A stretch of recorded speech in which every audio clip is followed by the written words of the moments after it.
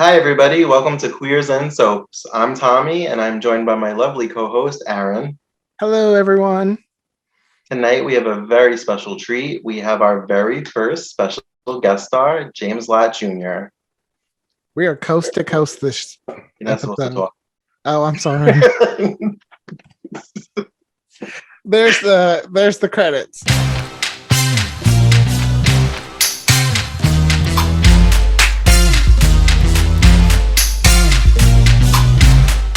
Everybody, please welcome our very special guest star, James Lott Jr. to the podcast. Hi, James. Hi, you guys. Hi, you guys. I'm here. I'm a big fan of yours. I'm kind of starstruck, actually, because I've been following you since Dishin' Days, The Bold Breakdown. So I'm kind of fangirling right now. You're very cute, Tommy. You're very cute. Thank you. I like having cute fans.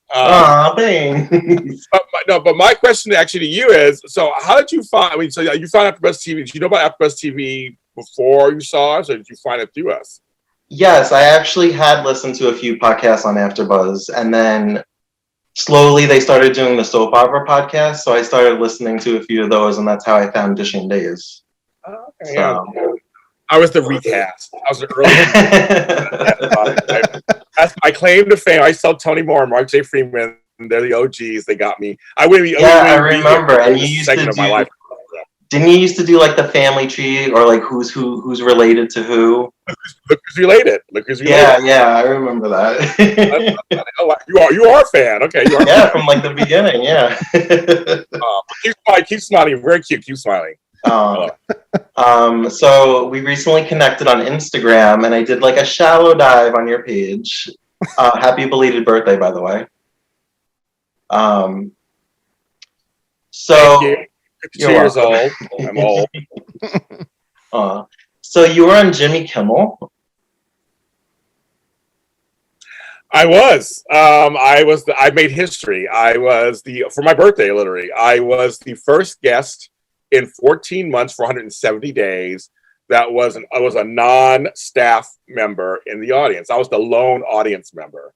So I made television doing that, and my life has been exploded since the last 2 weeks. I'm doing 10,000 different things. Oh my goodness.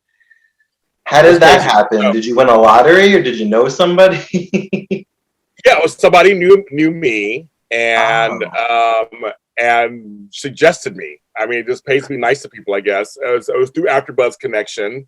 And one of them is related to a producer on Jimmy Kimmel. Nice. He suggested me and asked me, "Do you want to make history on television?" I said, "Sure, why not?" And I knew what I was doing. I had no idea what Jimmy was going to do. I didn't meet him until that moment people saw us on TV. I didn't meet him until then. They gave me a dressing room with my name on it. Nice. My show rundown. It's over there somewhere. They gave me a show rundown, signed it, my name. I gave me a gift basket. I mean, all this stuff. They treated me like royalty. And it was a very popular episode. Apparently, it did over 1 million views on YouTube, and the social media just went crazy. And my website crashed, and I'm being recognized on the street. It's that you're that guy that was the only audience member. It's been and Jimmy was very nice to me. He was very nice to me, and so it was a trip. So yes, I got Jimmy Kimmel Live, made history on TV. That's okay. Really and then I scrolled down a little bit more, and I saw that you sing. I didn't know that about you, and you have 6 albums out. I do. I have, and 7 and 8 are coming out this year. So I tell people, I mean, I'm a singer, but I'm mostly a spoken word artist. So a lot of my music is a mixture of singing and spoken word set to music. And I have an orchestra album. I have an album of dance music. I mean, I do whatever comes naturally to me. We're actually finalizing the tracks of the 7th album. And it's all kinds of stuff. And actually, I sing a song in a key I've never sang in before. It's called Lost and Found. That'll be released soon.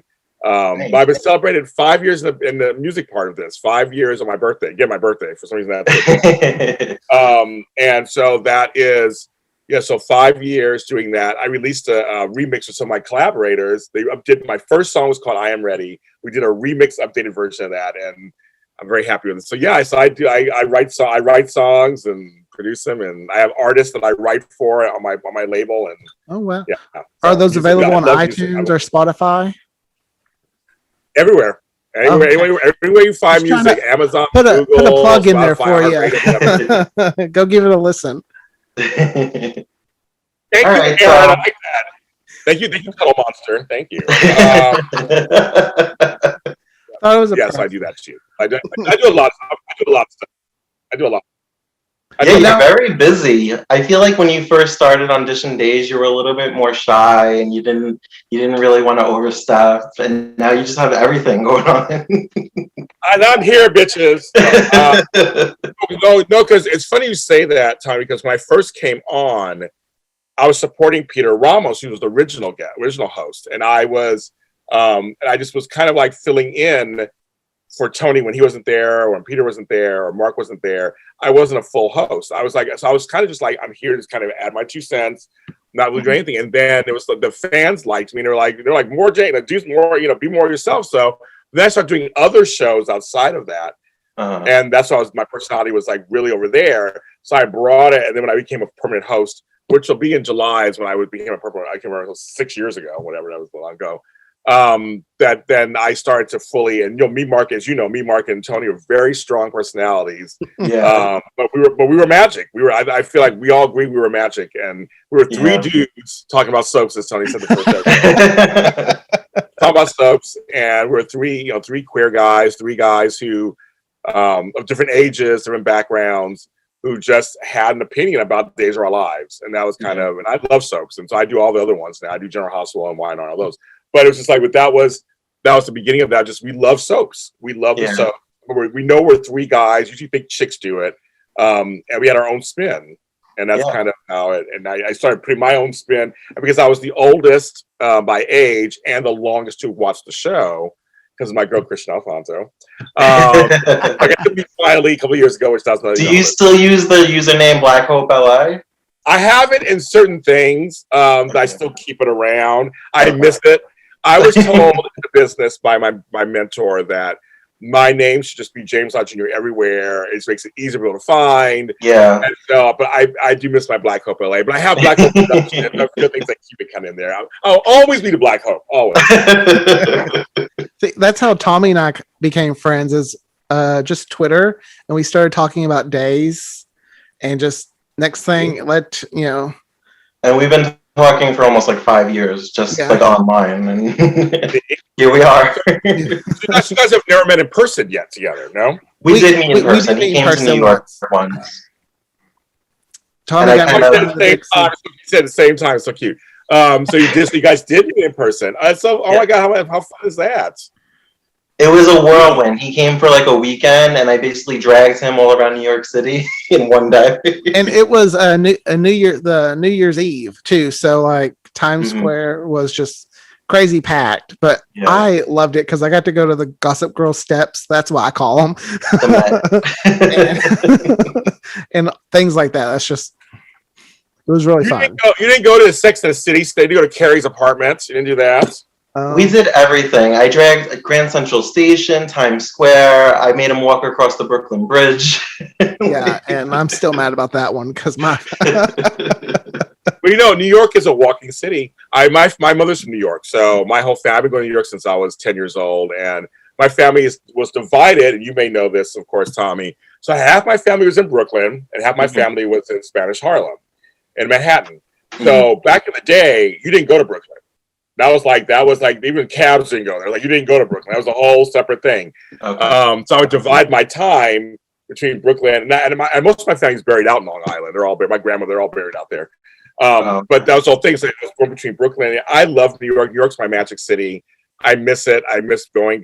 Since the pandemic, I haven't gone. I used to go 3 or 4 times a year to see my family. I love New York attitude. I love the way you guys talk. I love the food. I love that you get dinner at 3 a.m, a full meal.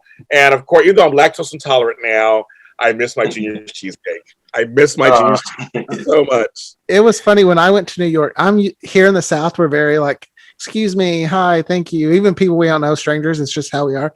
In New York, this lady was like, "Hey, how are you?" And I was like, "Oh, I'm fine. How are you?" And it's like, "Tommy, see, people talk to you." And he just goes, "No, she's either coming from church or on drugs." And I was just like, "Okay." It was really fun. Yeah. I was like, don't talk to strangers. Because I don't meet a Out of New stranger. York.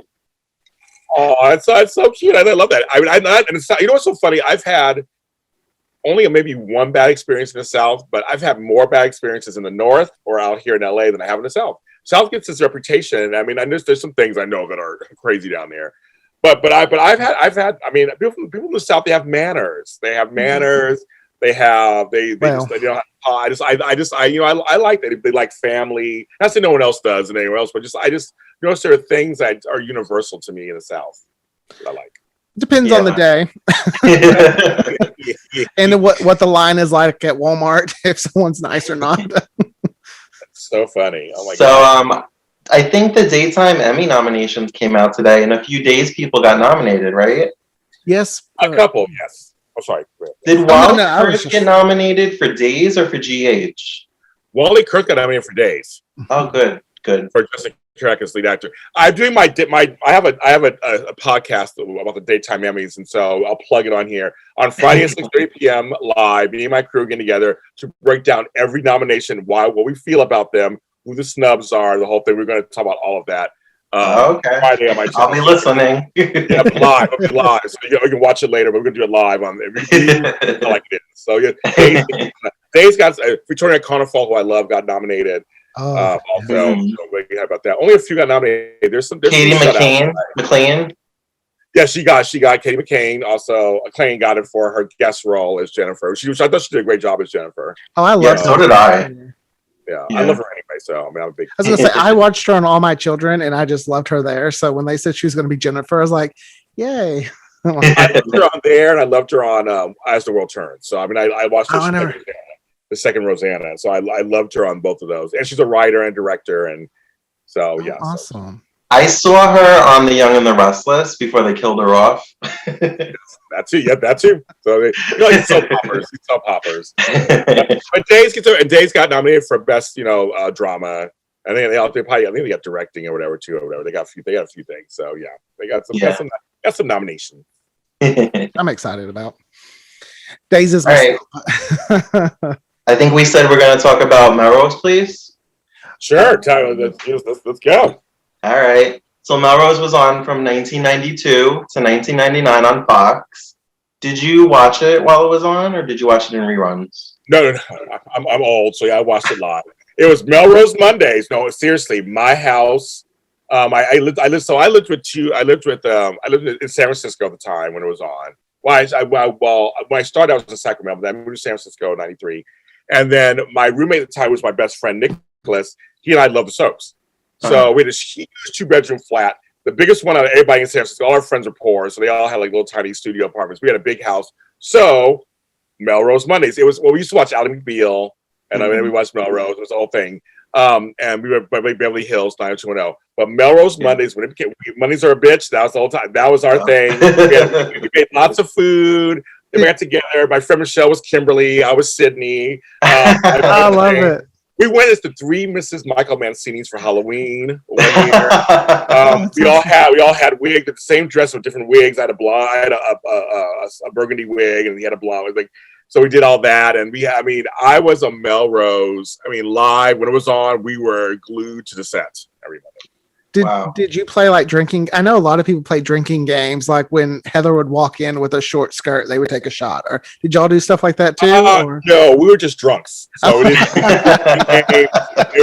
were drinking anyway. So it probably would have been great if we did that. See, back then we didn't do stuff like that. We were coming out of the '80s. We just drank. Whatever we didn't.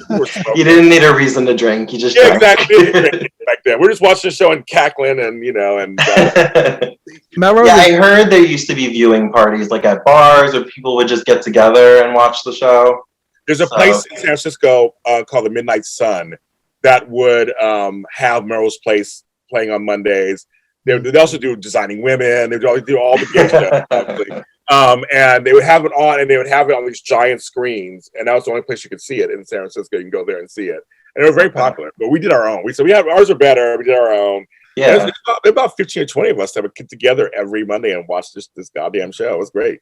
I miss doing stuff like that. I've been to LA twice, and each time I've went, I've had to go by the Melrose apartment and have my photo taken with it. Oh, I love that. Oh my goodness, I love that. The second time I took my mom to LA, and we were like, we have to go to the Melrose apartment. We have to. So, because I used to. Did you watch it from the beginning, or did you come in later? What, from the very beginning? No, because I watched our 2-0, and so they were showing Homeboy. They brought on oh my god, what am I bringing Jake, and so they were spinning that off. We said, well, we're going to follow and see how it is. Of course, it's pre Amanda, pre all that. It was all with Vanessa Williams. Yes, I know her from Days, of course, and from Soul Food, but we now are friends, and I know her. But that whole first season, and that other chick, Amy Locane, all that, it was totally boring. I was almost like ready. I was going to stop watching it myself. Like, this is not working for me. And Matt wasn't gay enough. We're just like everything was just wrong. But again, remember, it's the early '90s. We couldn't be gay and that whole thing. So I was going to ask you, how did it feel to see an openly gay character on a TV show in the '90s? That's a very good question, Tommy. It's what it was for us was because we didn't have it. At that time we had Long Time Companion had come out, Paris is Burning had come out. So those were cinema and movies. Crying Game had come out, and now it's like a whole thing with transsexual stuff. So it's just very minimal. We just didn't have, and gay cinema was just starting to kind of come out of the whole AIDS movies. They were starting to do other stuff. Pre-Queer as Folk, pre Edge of 17, pre all those. We had like maybe My Beautiful Laundrette and a couple of movies that were kind of gay-esque, kind of movies.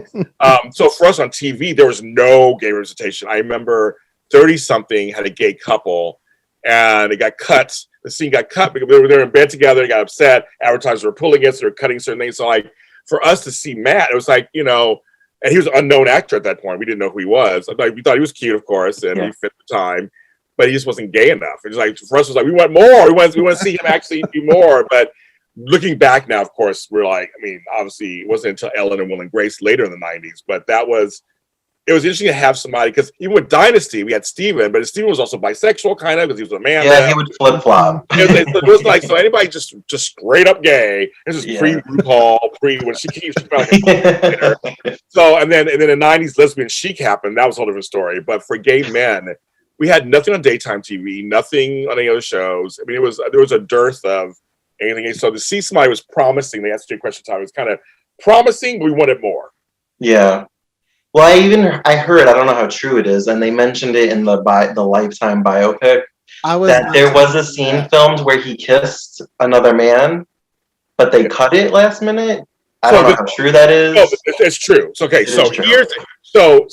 Will and Grace did an episode on their show years later. It's based on that. Oh, is it? Okay.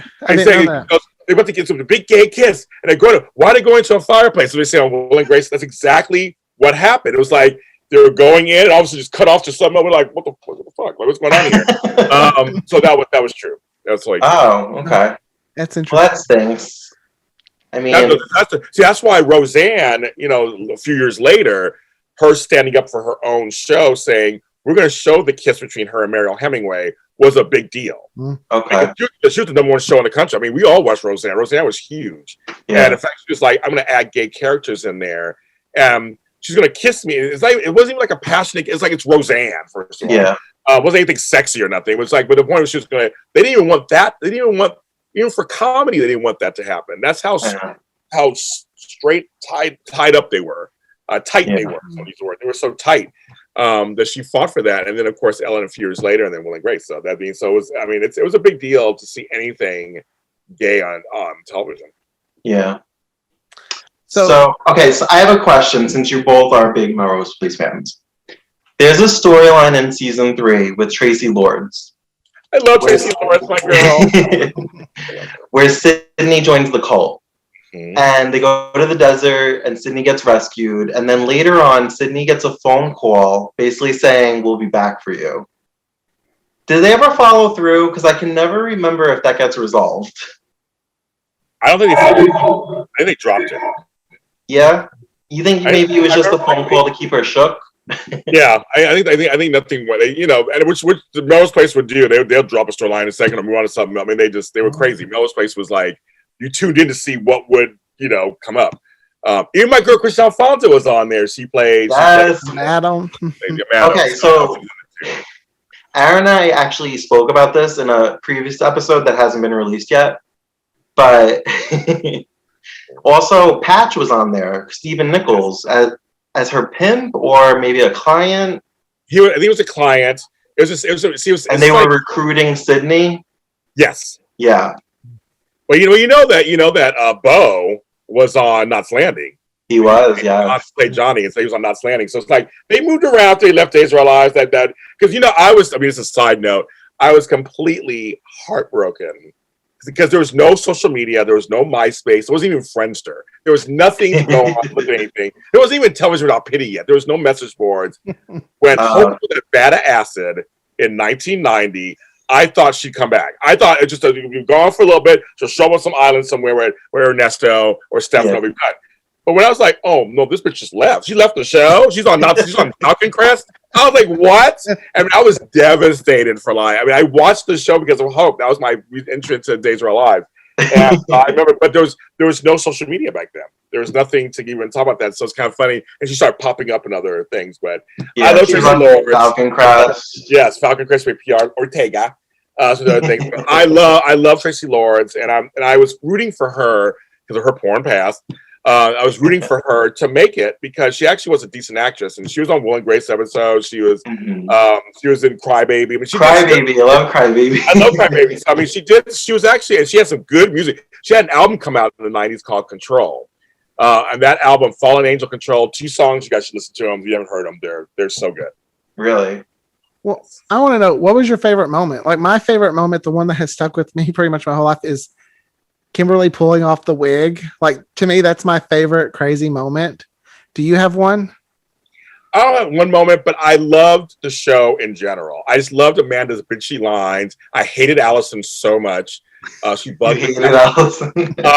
Put upon Joe. Joe was always going through something. Oh my goodness. She was always going through something. My favorite character was Sydney. I mean, that was just my girl because she was a screw up. But she also was kind of smart, and she just would get in these situations. She's like, okay, Sydney, like, what are you getting yourself into now? I think she really did love Michael, and I liked her. And Michael Mancini was my favorite character. To me, Michael Mancini was a very underrated character. He literally was this anti-hero that could be really funny and dramatic and a dick, all the same. He was such Thomas Calabro, that's his name. He was such a good actor. Hated Billy. Acting was ferocious. I'm not going to say the name to down or anything, but Joey's a nice guy in real life, but the acting was atrocious. I mean, but I like, again, well, of course, Kimberly, of course. I mean, anything Marsha Cross. I loved her on Wife to Live, loved her on Desperate Housewives. I mean, she's just the bomb. Well, she was on Knots Landing, too. She was in the 13th season of Knots Landing. Marsha Cross. I guess I blanked out on that one. Either way, I liked her, but I was a Sydney fan. I just liked seeing her. I was so pissed when they killed her after she got married. I know. But I think and what's funny for me, one of the funny scenes that stands out to me, pre-Sex and the City, homegirl who played Brooke. When she hit her head, you heard it on the pool. It was like clunk, and she went over. We all kept going, oh my god! We all jumped like, oh my god, we could hear it. But I mean, I actually like that storyline where the father was dating Allison and he was dating Brooke, and it was this whole weird quadrangle. Jake was whatever for me. He was just whatever. I mean, Peter was great. I love Jack Wagner, so it was great to see him come on there, and him and Amanda were great together. But Amanda was the best. I mean, they were so smart to bring her on. But I don't know if I have a favorite moment. The bombing was crazy. Oh, that was bombing, all that. I mean, it was all just like the show got crazy. Even with what's her name, when Lisa Rinna came on, Miss Big Lips came on later, and she was like crazy. And it was like, oh my goodness, it was the last couple of seasons weren't the greatest, but I mean, but for in its heyday, for the most part. So you mentioned Lisa Rinna. Something I just recently noticed. So she plays Taylor, and originally Hunter Tyler was supposed to play that character. So Hunter Tyler almost played 2 characters named Taylor. Well, it's funny, but you know why she didn't play it? Because she got pregnant, and they fired her. Mm-hmm. Yeah, and she sued and won. Yeah, 2-1. I mean, it's like they did a whole thing on that. So yes, you would have played Taylor on 2 different shows. Kind of funny, isn't that funny? Yes. Yeah. Oh yeah, she was good. One of my favorite characters in the later seasons is Lexi, played by Jamie Luner. Because I loved her on Savannah. I don't know if you watched that show. I didn't watch that one, but I watched on a Profiler. That was one of my shows. Maybe before your time. I loved her on that. And then she played Liza in the later seasons of All My Children. Well, I thought she did an admirable job. I mean, I love Marcy Walker, and she was great, but Marcy didn't want to act anymore. But I thought she did an admirable job doing that. So yeah, Jamie Luner. Yeah, she was a good character too. She's a good actress. Did you watch the Melrose reboot? I did actually. I watched both the 90210 and Melrose. I actually liked the first season. I mean, I did too. I was a fan. Like I really enjoyed. Like I promoted that like I worked for the CW because it was like, please don't cancel this. I want Amanda to come on. Well, see, they waited too long for Heather to come on. Right, Katie Cassidy was good though. She was a great Amanda-esque character. I mean, she carried that show. I mean, she's kind of like Fallon in the New Dynasty. Like that show is. You know, okay, I'm going to disagree with you because I love the New Dynasty. Oh no, I love the New Dynasty, but I feel like Fallon is like if you took her out of the New Dynasty, it might not be as great. I mean, she's the bomb. I love her, but I think the show has. I don't know. But either way, and I know this is a whole side note. I was shocked. I said Dynasty can't be remade. I kept saying it can't be remade. It's very 80s. It was super campy. They did it. I'm shocked. I am either keep changing crystals. It's fine. Like you're a Latina actress. You're a Latina actress. You're a Latina actress. Make your crystals. But I was impressed by Grant's show. Speaking of Melrose Place, going on. I mean, he plays a great Blake, and I'm shocked how much I love the New Dynasty. That's not. I did the show after Buzz. I did that for a while too. The new Melrose. I enjoyed it. I thought it had potential. But of course, shows don't give each other. You know, networks don't give shows longer anymore, and they cut it. And I was actually really sad because now 2-0, the reboot went on for 5 seasons. I actually watched it, and they did bring on old characters at some point. They started bringing them on and integrating them. And I thought Melrose it could have kept going. It could have kept going. They could have. I like that they brought on Sydney, even though they killed her off in the first 5 minutes. Again.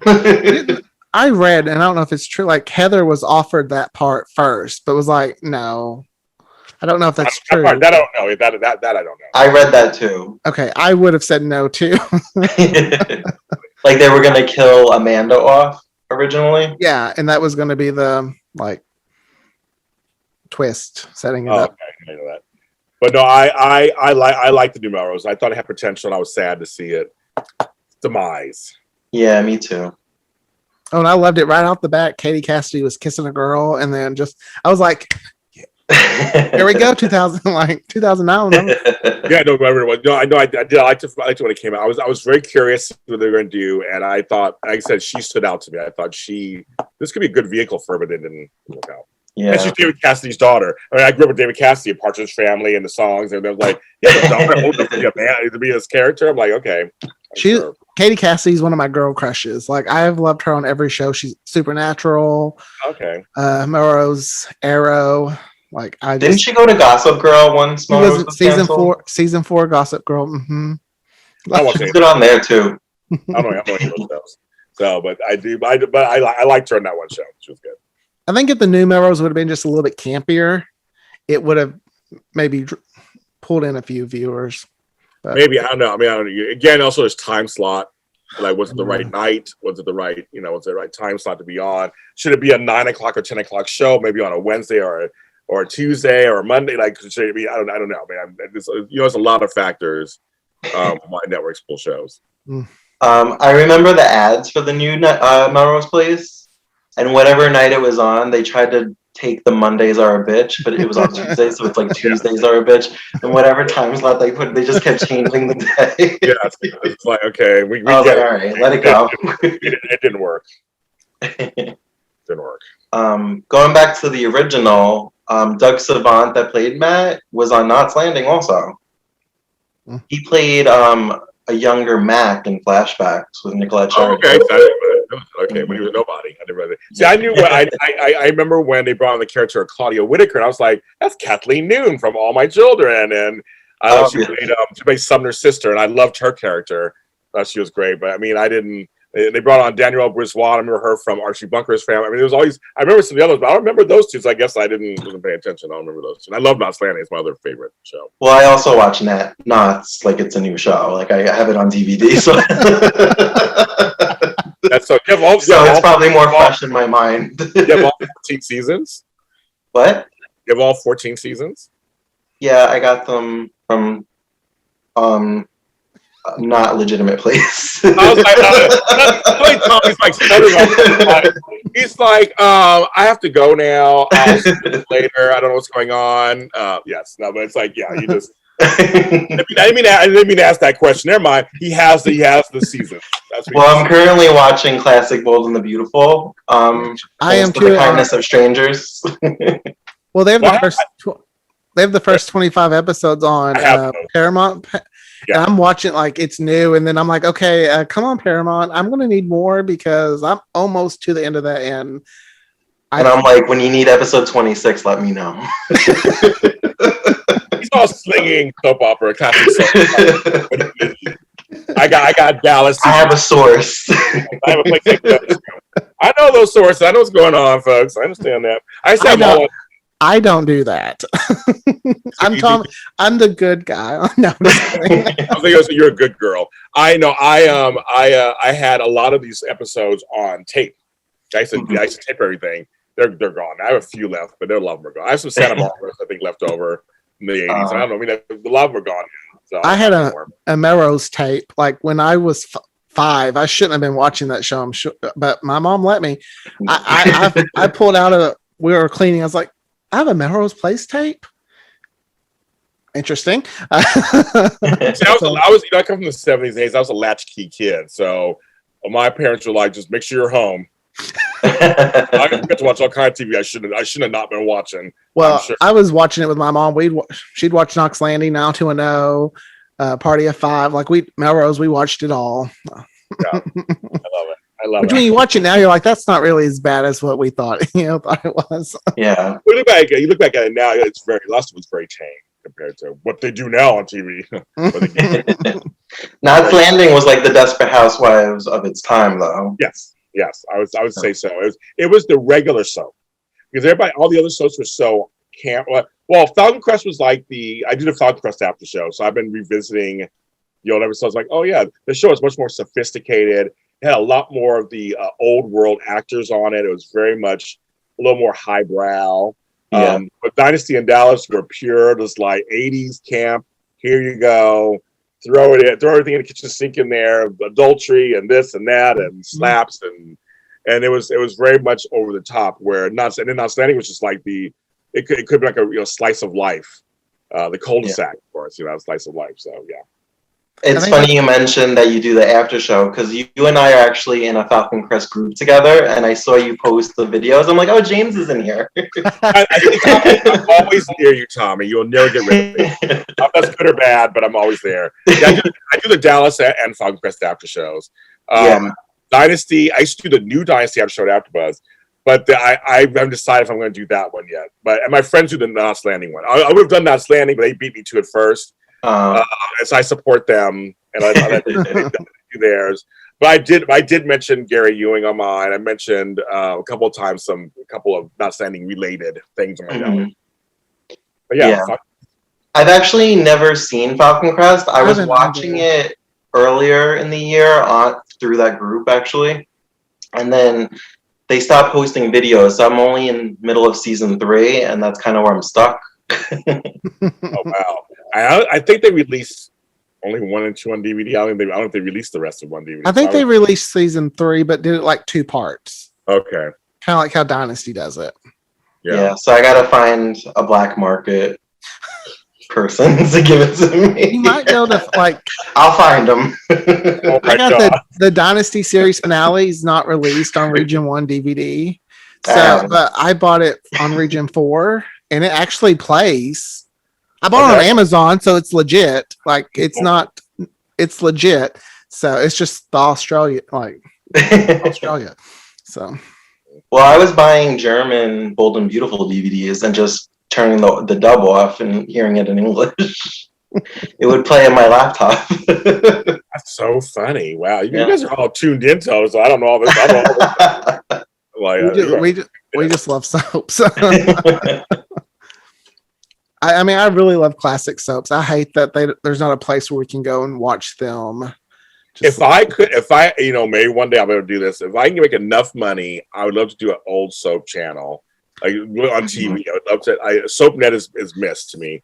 I mentioned that in our podcast. I was like, I miss SoapNet so much. I miss SoapNet, and I would actually get the rights of all kinds of soaps, prime time and daytime, and just have a blocks.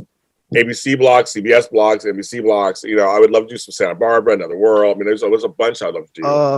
I want to watch Santa Barbara. And Santa Barbara's my favorite. And then I'd love to do. I gave you a YouTube link. I've got the links. I just haven't. I'm watching Bold and Beautiful. It's funny for me because I am in Hollywood. I'm meeting all the stars of the last 8 years. It's interesting. When I met Nancy Lee Grahn at the Daytime Emmys 3 years ago, I said, "Girl, I don't want to talk about I said, great for GH and everything. Can we talk Santa Barbara?" She's like, "Oh my God, yes." So happy. And Louise Sorrell, when she came to Edition Days, I wasn't on the show at the time, but I was there for General Hospital Report. And I was waiting for that, and she came to the door. I was like, "Louise Sorrell, Olivia's Vivian, of course. Can we talk about Augusta?" She's like, "Yes." And she's like, every person I've talked to, Vincent Irizarry, anybody I've talked to that was from Santa Barbara, they're so happy to talk about it because everyone, like the Passions folks, anybody from Passions, they want to talk about it. You know, I'm friends with Eric Martzoff and all them. They're like, "Let's talk Passions. Anytime we talk Passions." Yes, Aaron. What are you fanning over there? You like Eric Martzoff? Are you Eric Martzoff? That Passions was my show. Like it was Days and Passions, Days and Passions. James D. Riley. He's having flashbacks.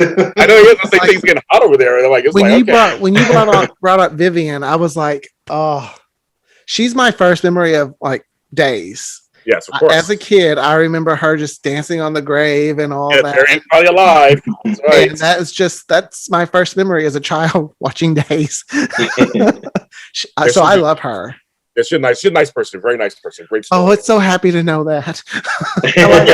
Most of the people that I've met in the soap world have been wonderful, sweet people who really enjoy what they do and really do appreciate the jobs they have. Like they really do. They come across, they really appreciate. I mean, I've interviewed so many people at this point. Jen Lilly seems like a sweetheart. I know she's come to the studio a lot. Yeah, she's our friend. She's my friend. I mean, she is.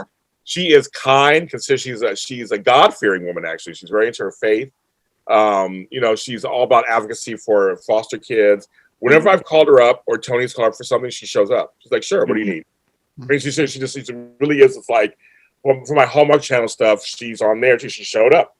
I need you for my show. Sure, James. When I text her on the phone. She go, "Okay, James. When do you want me to do it?" I feel like in those early days of Dishing Days, she used to just like bake you guys cookies and show up with them. Yeah, I was like, we had the pajama party. Yeah, that was her idea.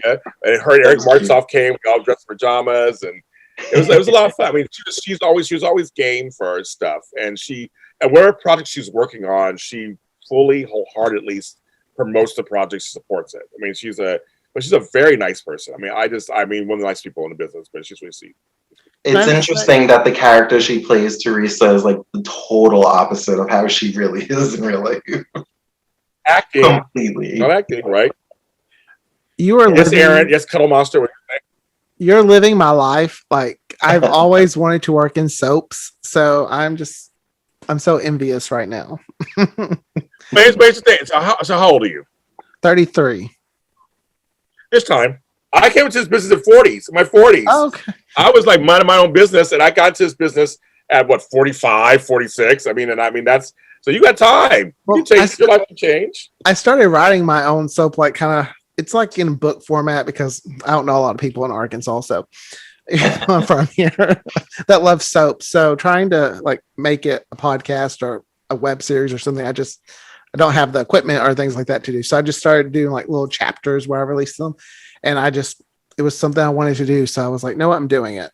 Well, tell the whole story. In college, didn't you do it as a radio show? Yeah, I had a professor who he would always hear me talking about soaps to the administrative assistant, and we would talk about soaps. Like she thought I watched Dark Shadows, and she's like, "How do you watch that?" I was like, "I read about." Like I just would research about old soaps, and he's like, "Well, why don't you write a radio soap opera for me, like back like they used to do?" I was like, "Okay, sure." So I did like 4 episodes, and they played on my college radio station, which was really cool. So, but now I've taken that and I've made it better and like added characters and kind of my network has Forever and a Day. It's our that's why we wanted to bring that up, because I wanted to know like what got you into doing things like that. Well, see, I was going to just tell you, Aaron Wallace, never ever, you remember me saying this to you, never ever say you don't have the right equipment or stuff. If you have a phone, you have a goddamn computer, whatever, you can record, you can make stuff, you can make it happen, or find somebody I can help you get stuff or whatever, but you can make it happen. Don't ever limit yourself in terms of what you can do. The technology today is way better than it was 20 years ago, 30 years ago. So you can do it. Last year, the pandemic happened. And Hollywood shut down.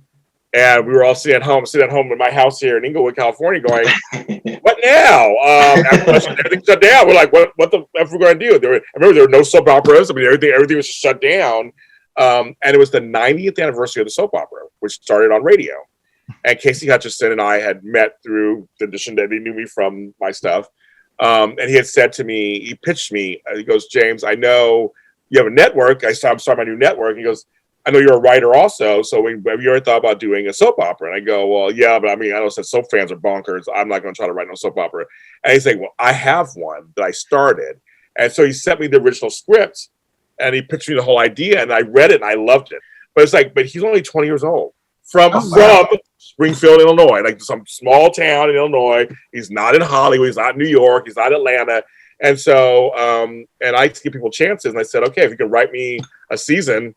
I don't know what we're going to do. We couldn't film instead of being audio. So we'll go back. I said, old school with new technology.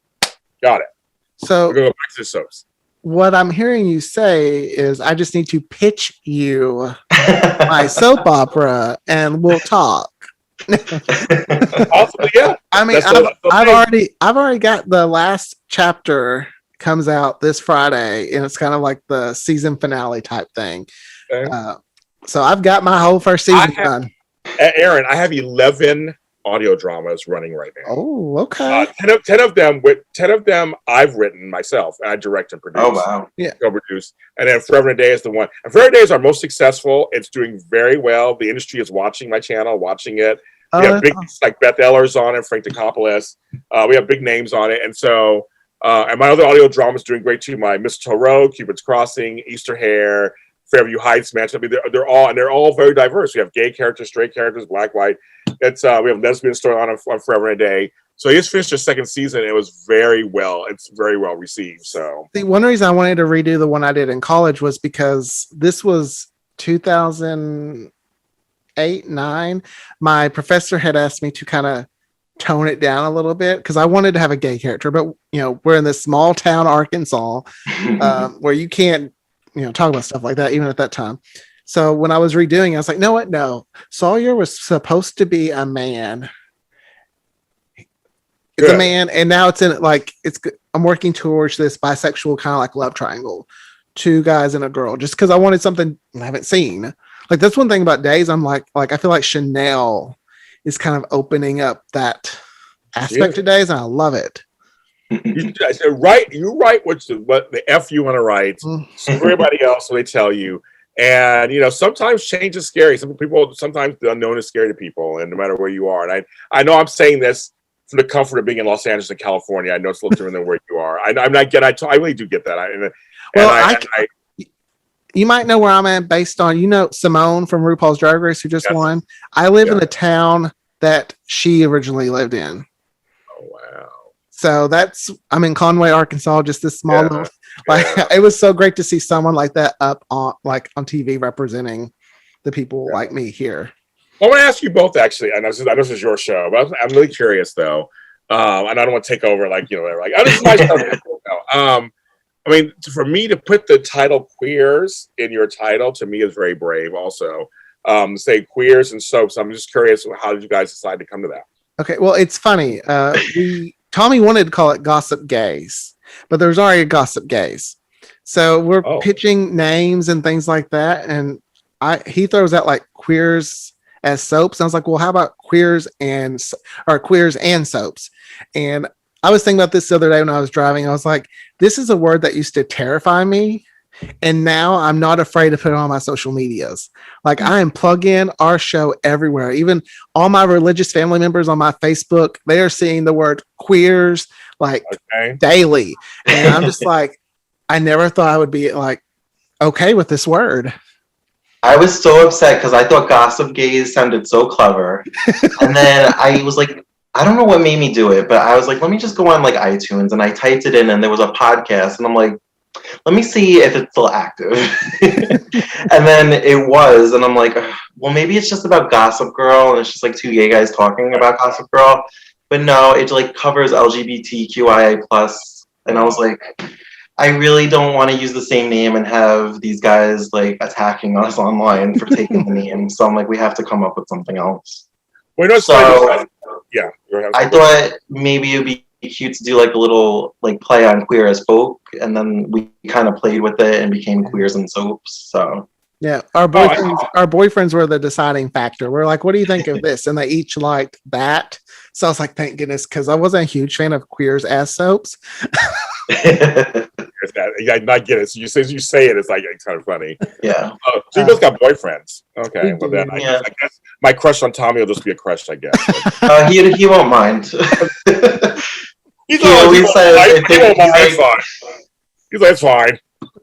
Mm-hmm. He always says, hey, if they buy you a drink, that's one less drink I gotta buy you. Oh, I used to say that like like Roseanne said that I do at any bar trying to score free drinks. He actually encourages it. That's so funny. I want to say something to you, Aaron. So you're a boyfriend in your small town. You have a boyfriend. I do. We're actually going to get married in December. I know in Conway, we've been doing stuff, and I'm just kind of like, am I going to be one of those news stories where they're like, they won't bake you a cake? Like, I'm coming to Arkansas. I'm going to bring Hollywood with me. We're gonna show her all you. I'm going to bring out wear pink robe suit, and then we come to town and bring my camera crew. We're going to work it out. It's really sweet too. My grandfather's wife, who's been my grandmother my whole life, but she's my step grandmother.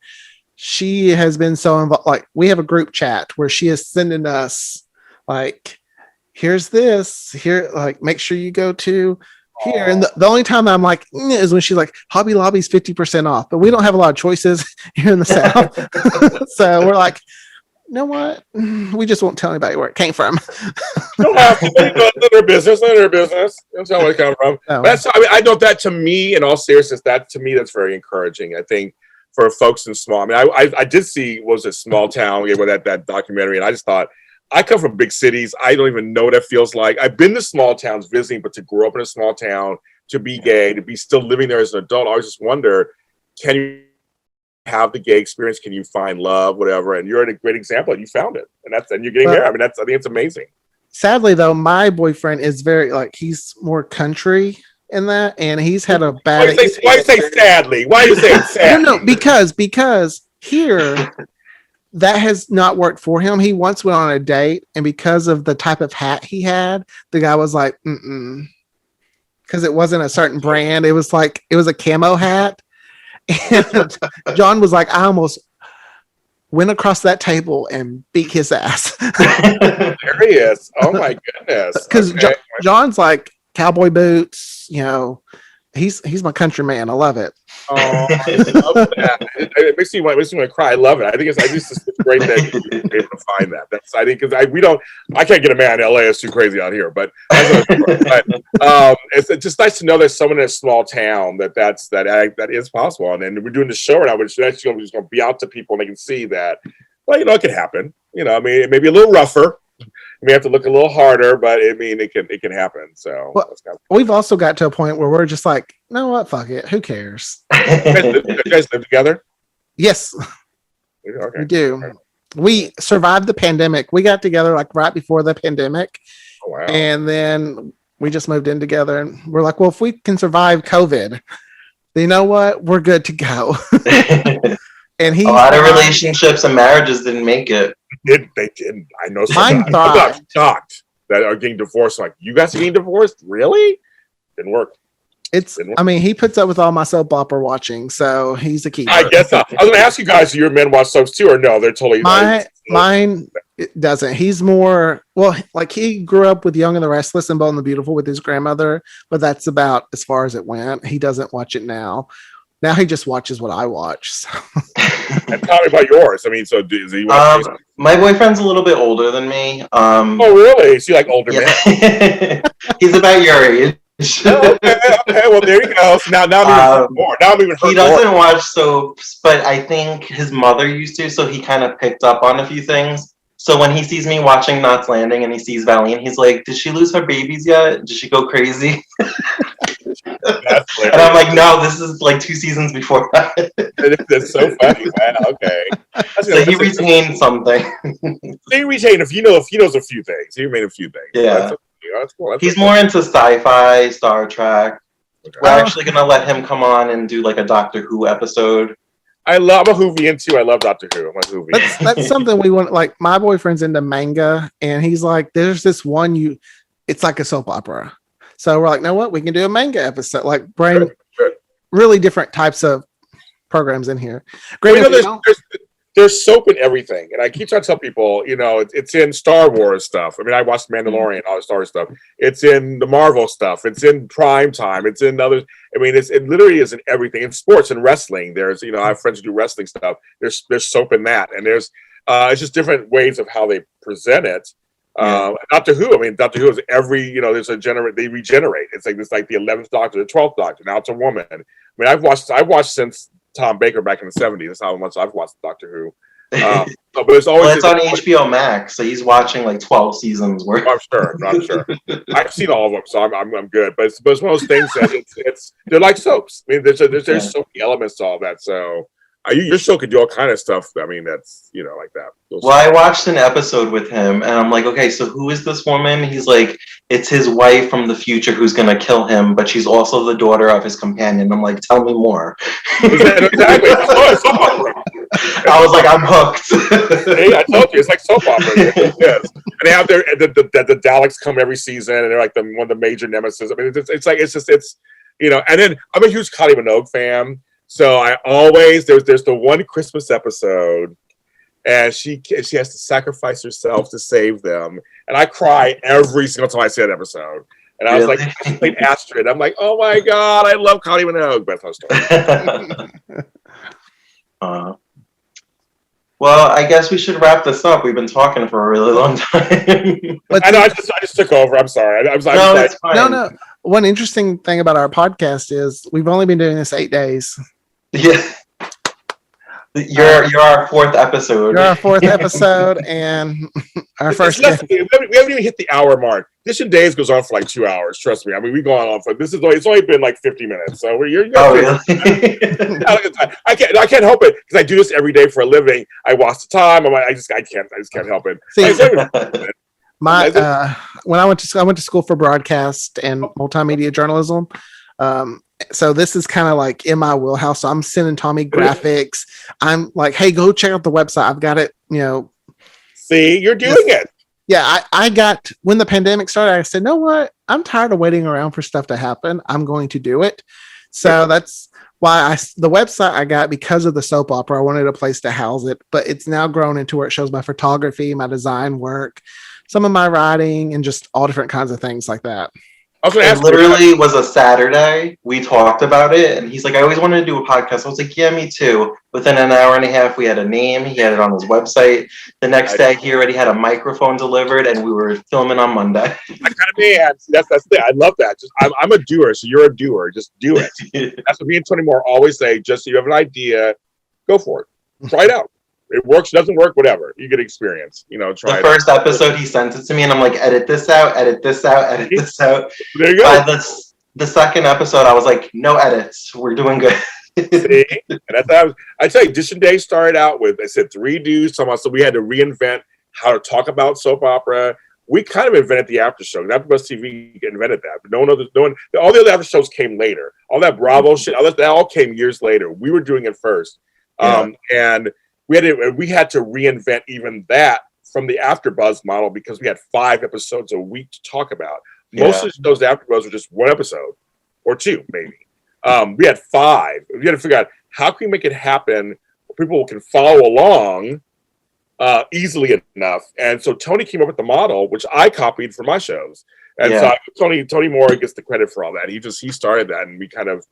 So I love how you guys turned the hourglass and it was like set it. And oh my gosh, yes. That too, yes. And always our at is implied. Now the at's in quarantine. It's we kept that going too.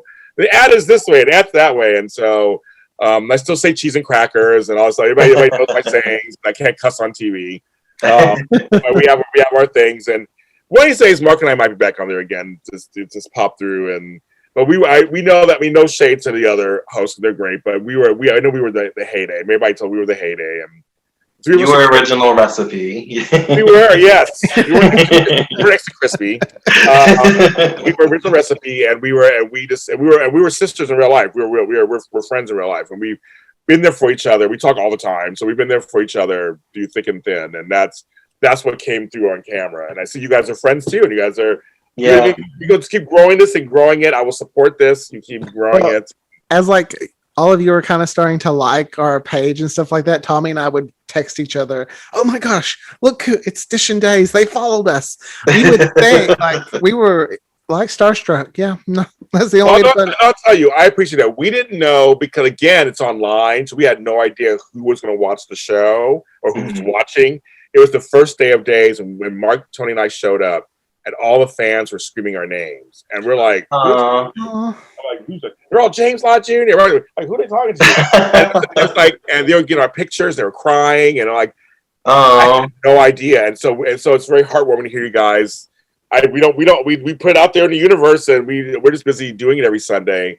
We work very hard. As you see, this is not easy work. You have to. Oh no, I go to work 8 to 5 doing digital media, social media stuff for a university. And then I come home and I'm still on my computer. No, it's not easy. And so it's fun. It's fun. It's a lot. And you do it live. I can't even imagine doing it live. That's terrifying. Yeah, I told we should do something live. One day. Maybe I'll help you guys. Maybe I'll have you guys on one of my shows, and we'll ease you into it. Oh, I would love. You'll be in our bosom. You'll be in our bosom. So you just. I'm going to tell you this is on camera, folks. I'm going to tell them now. You pick whether, because I do 3. I do Bold, I do GH, I do YNR. 1 week, pick one, and you'll come on our show as our guests. Oh, so me and Tammy Govea and Amanda Russ on Bold or YNR, or me and Frank Moran and Nick Schlein on GH. You'll come on. So you'll be in the safety of us. You'll see you'll see the other side of the chat room and all that stuff that we do. It's a lot. It's a lot. To me, the camera is nothing to me now. It's just part of my life. I don't even live. Live is better to me because then I'm on my toes. I don't get a redo.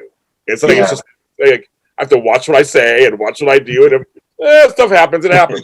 In college, I was part of our we had a TV station, and I worked on every show that I could just because I loved doing switcher on camera. I created a show. You're gonna be a star. You're gonna be a star. You're gonna be a big time. I already see it happening already. You have time. I came in later. You have plenty of time, and I'm just gonna steal Tommy away from his man. That's all that's gonna happen. So he might let you. He's tired. He just wants to go. He's tired of you. He's tired. I understand where he's coming from. Then probably. And he's gonna watch this and be like, I have studied Sammy Brady my entire life. I'll help you get Tommy. One time, okay, this is how my life is and how it works. My cousin, when she got pregnant, we didn't really like the person she was with. So I was like, I'm sure I've watched Sammy Brady. I'm sure we can do this. We just have to, You come from the school of Sammy Brady. That is hilarious. You know, she's a character, right? Well, that's the good thing. I always say I know there's an actor in that, so that's why if there's we don't like Daniel Jonas, we hate. Daniel Jonas. What? We almost named our day's episode "I Hate Daniel Jonas." Well, we hate him too. We were not fans. Me and Mark were not fans of the Jonas. You'll have to hear what Tommy said. Yeah. Well, here, that episode will have aired by then. So, Tommy, tell him what you said. I don't want to remember The best thing that Eric, the best thing that Eric Brady ever did was drive drunk and kill him. Oh, I did say that. So I love it. And then I was like, it's not a real person. I could say that. Yeah, you can say it. It's not a real person. And they brought on Summer, who was equally like, oh, I'm like, all Maggie's children are just like, and I love Marie Wilson, she's my friend. But I was all like, her egg babies. The egg babies, yes. I was like, oh, they just please leave Maggie alone. Yeah, soaps have been my life. As a kid, I used to joke that I was gonna grow up to be play Will one day, and he was gonna turn out gay. So it kind of half happened, just not in the way I pictured it. I didn't get to play him. Now I feel old. You said you were going to grow up to play. I'm like, I was grown up when Will was a baby. When Sammy first came on, I was a grown up. It's crazy. But, nah, you're not. Is there any new projects you have coming up that you want to promote? Yes, I do. So right now, I do want to promote this, especially on this show. I have a new series called Forever. Sorry, it's Candace Mack in my brain. Sorry, guys. I have Fairview Heights, which is a story kind of based on me. It's 3 episodes are out right now. It's between a gay black man and a straight Latino man. Ooh. They're best friends. And we talk about race. We talk about sexuality. The first episode, he comes out to his best friend. And it's we actually were crying in the rehearsal when they did it. These two actors are just amazing. And in real life, he's a straight Latino guy, and one's a gay black man. Around them. So they love it. So we're exploring their relationship in modern Los Angeles and how that goes. And we talk about race, talk about sex, everything. And I'm really proud of this show. And so far we've done 3 episodes. We're going to continue. We're going to be 10 episodes this season. I want people to check it out, especially during Pride Month's coming up. I'm going to do some major promotions for it. But we're writing gay characters the way we want to see them, not just how people want to make them. I mean, I have another show where there's a queenie gay character, so to speak. They have one that's very butch. I have one that's very conservative, one that isn't. We're trying to show a diverse that we're not a monolith. We're not just one type of gay. Yeah, there's a spectrum. A spectrum of us, yeah. So I'm very proud of that show. More episodes are coming of that show that's coming out. I also have a couple other shows that are coming. So I have more audio dramas coming out that I want people to really just go to my channel and listen to the ones that are out now. We have, like I say, 11 or 10 of them that are out right now that are just, they're all short form content. The episodes are like 8 minutes, 9 minutes long, between 5 and 10 episodes each. Is that the typical length that you like to go, like Forever and a Day? Like, what's the typical length that you use? So Forever and a Day is much different because that one has 40 principal actors. That's our big one. Oh, wow. And they do about a half hour, 20 minutes to half hour, 40 pages, 40 to 50 pages. My shows that I do are 3 to 5 pages long. Where they record it in an hour or so. We've done it now. We do 2 episodes in an hour. We're done. Where they do 50 pages and they're like, whatever. So I just keep my cast short. People's attention spans are short. Yes. So we just throw them. We just kind of say, okay, for my shows, it's like 9 minutes. I write a theme song. You get a song with it at the same time, and then that's it. And you get to the next one. They always end on cliffhangers. We do like 5 episodes of this series, 10 episodes of that series, 8 episodes of that series. It's just quick. I did my first horror one called The Easter Hare, where it was very 6 feet under. Every episode opened with a death. So we had a killer Easter bunny that was killing people, and it was very highly critically acclaimed. People love that series, and it's out now. All episodes aired during Easter week, and the challenge was for that one, the Easter bunny doesn't talk.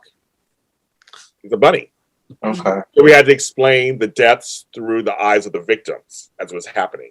Oh, wow. So I tell people, that's my favorite series I've ever written. There'll be a season 2. It ends on a cliffhanger. There'll be a season 2 next year. But I want people to really go and check that one out. Because it's really interesting. And then Claws, the series, the final 3 episodes are coming out in June. We're doing Christmas in June on JLJ Media. We're taking after Hallmark. That's Christmas content coming out in June. And Claus, the series, is about 3 generations of Santa Clauses. And the fans actually helped me come up with the idea. They said to me, what if Santa Claus had a son who hated Santa Claus? So it's literally Dynasty, but Santa Claus. So we have some great actors. So we have the Santa Claus family and the Frost family. Okay. I'm already living for it. Jack Frost has a wife. Her name is Jack. She's basically Diane Carroll's character. She has 2 kids. They're dating Claw's men. So it's a whole.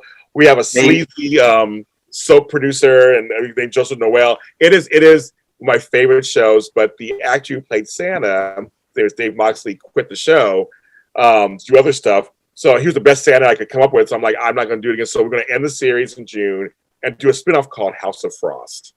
Ooh, I like it. So it'll be good. So you should put work Krampus into it somehow. Well, we do. Well, listen to this. We do all kinds of stuff. All my shows. And I won't say anything else. When people, so it's funny you say that. Just listen to. You should. Yeah, all kinds. Stick around. Check it out. Check it out. And where can they find you on the socials and your network? You can find me. We're all James Lott Jr. just sold at James Lott Jr. and all social media. I've been saying that for 8 years. James Lott Jr. My network is JLJ Media. So go to YouTube and subscribe. There's a button down there. It says JLJ Media. I have 35 shows from being left-handed to soap operas to Star Wars to Grand Parenthood and everything in between. Check those out.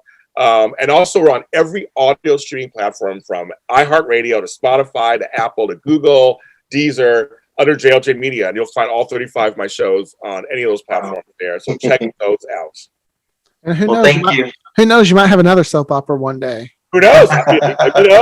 You never know, Aaron. I always take phone calls. So yes, always. But thank you for having me on your show. I'm going to be supporting your show. It's going to grow. Our timestamp we get now.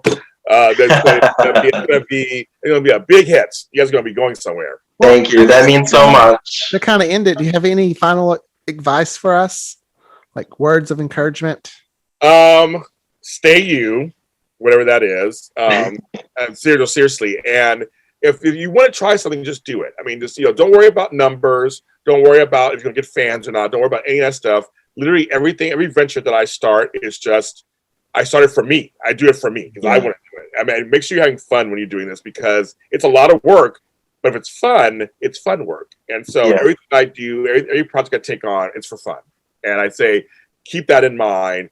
Don't worry about critics. Don't worry about comments. Don't look at any of that stuff. As long as you can stand behind your work, don't worry about it. So I say, do it. That's why I already told him I'm not reading comments because if I see a negative one, I'm going to have a meltdown. So I'm like, don't show me any of the comments. Well, and I said, well, if we have any negative comments, I'll just stick John on them because John's very protective of me. So pretty good. Yeah. I see. Don't read the comments if you can. I read some of them, but don't read all. Thank you so much for coming on, James. This was a lot of fun. Thank you. And hopefully you come back. Yeah, hopefully you come back. My game time. Sure. All right. Thank you so much. Have a great night. All right. Bye. Bye.